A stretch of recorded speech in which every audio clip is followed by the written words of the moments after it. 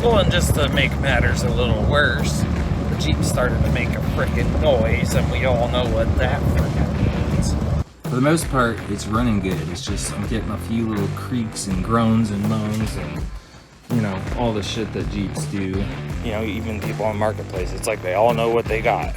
I know what I got.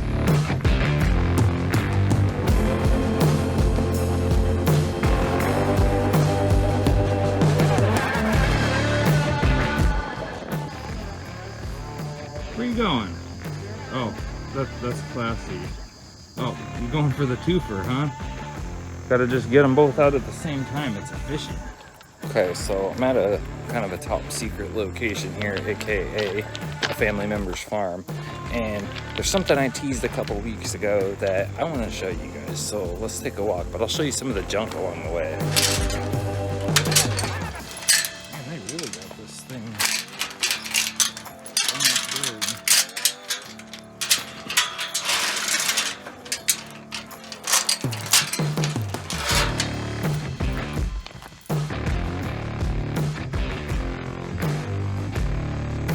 So this is actually my girlfriend's parents' place, and they store a lot of junk here. Her cousin has like a car lot, and he kind of brings all the junk cars that he's not going to do anything with here, which they were stacked 3 high, but a lot of them fell over. That's why they're sticking straight up in the air. There's something even better back here that I've been wanting for a long time, and it's finally time for me to do some wheeling and dealing and try to get it. Technically that red truck is ours. That's my girlfriend's. She has the title to it. All these are her cousins. A lot of them are wrecked. There is a 6-liter LS in that. There's a 5.3 in that. There's like 3 more Suburbans with 5.3s, and there might be 1 more 6-liter. I don't know if any of them run, but the guy doesn't want to get rid of that 6-liter. I already asked. Poor old square body cab. There's one of these that has like meth needles or something in it. I was looking at it the other day. Oh, there's another 5.3 in this thing. Oh yeah, this is the one with the sketchy stuff in it. Got the quick disconnect wheel. And then back here there's like some needles or something. Yeah, there you go. This was an auction thing. You got a car that doesn't have a turbo with a blow me sticker on it. That's kind of funny. This thing actually don't look too bad. A lot of money in parts sitting there. Oh, hey, look, there's another LS right there.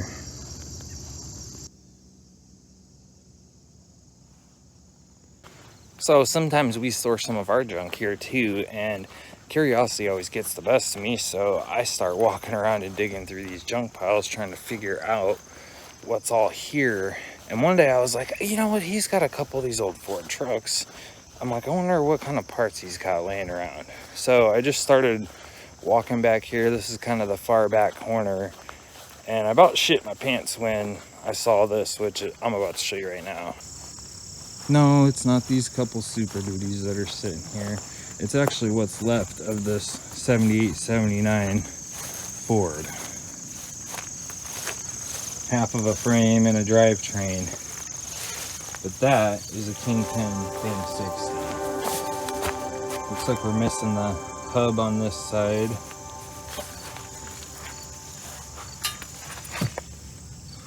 Looks like this thing needs all the work done to it. But this is the axle that will pretty much bolt in place of my 44 with a little bit of modifications. And this is why I have not spent the money on a Dana 44 locker for my front. He does have a skid steer and some other stuff here, so it wouldn't be that hard to just drive it down here and just pick the front of this up and cut some of these U-bolts out and get this thing out of here. But I gotta make a deal for it first.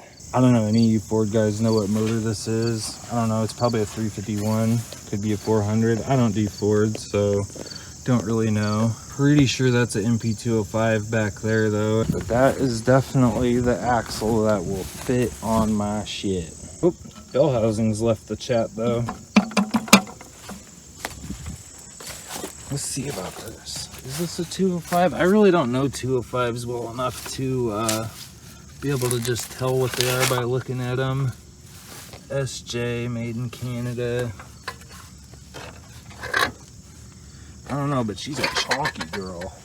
It's kind of a bummer that the hub's gone and this axle shaft is gone. But that's why he didn't really want to get rid of it the first time I asked, because he's like, oh, it's a parts truck. Actually, look what we got right there. Hot damn. So they just took the axle shaft. But he had a big old red, like really nice, clean 78, 79 F250. It was lifted real high. And he's like, well, I don't want to get rid of it. That's spare parts for my red truck. Well, the red truck doesn't exist anymore. So I got to go make a deal for this thing. So I don't know if you guys have ever tried to price out one of these Dana 60s from the 78, 79. Most of the time they're in about that condition, rusted, stuck in the mud, and they're like $2,000 because one, they're like the holy grail for YJ guys because you can pretty much bolt it in. The leafs the pinholes are half an inch wider, so you can get it to bolt up, but it's really easy to modify it like I did on the 44 to get it to match the width of the YJ. Now, over the years, a lot of people have put them in TJs and everything else, which irritates me because it's got those leaf perches in the right spot and no cast wedges and none of that crap. And if you're going to be putting coils and links and all that on it, you could have just used any old Dana 60. But they're really hard to find. They were only in the trucks for a couple of years, and they're always really expensive, especially if you get on eBay or, you know, even people on Marketplace. It's like they all know what they got. I know what I got. Junk for as far as the eye can see. Now, I'm not really in the market for an LS swap right now, but I definitely know where to find a few. God, there is just a lot of junk in here.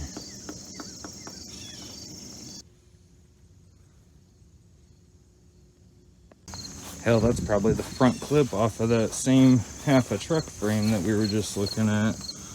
Looks like about the right year.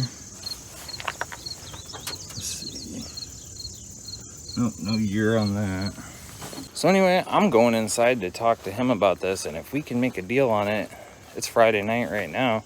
I got all weekend. I can come out here and try to get that thing yanked. Where you going, you little fucker? Where you going? Oh, that's classy. Oh, you going for the twofer, huh? Gotta just get them both out at the same time. It's efficient. Hell, this one's new. There's probably another LS in this thing too. In case you're wondering, of course I drove the Jeep out here. There's actually a creek bed down there and a couple hill things I can climb. I just gotta go through that gate, but it's really not even worth it.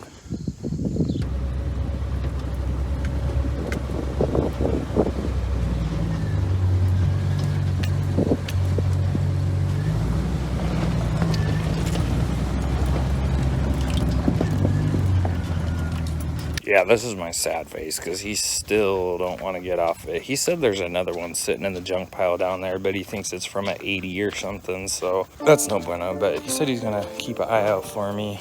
I really, I don't know, kind of just pissed on my parade a little bit.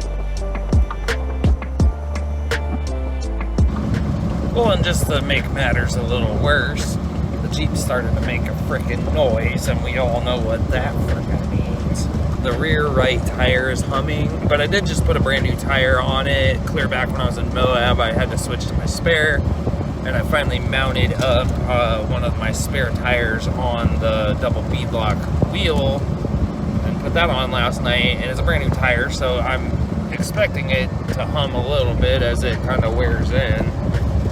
But I'm getting some kind of a clicking like a thumping noise coming from the back.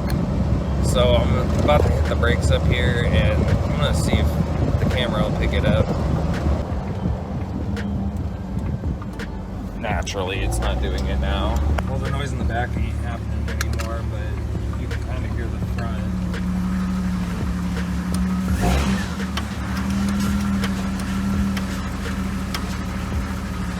I'm gonna shake the Jeep. I can't really, let's see.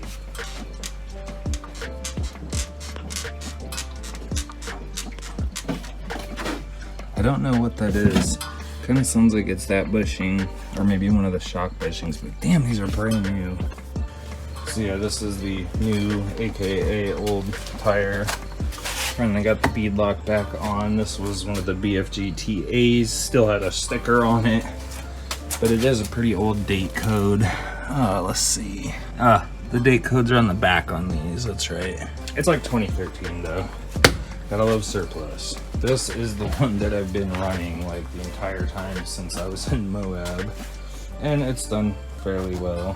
It's going back to spare status. Don't you just hate that feeling though, when you think you found the Holy Grail, and then you did find the Holy Grail, and then your parade just gets shit on anyway? So you know, there's some other stuff on the Jeep that's been kind of annoying me lately.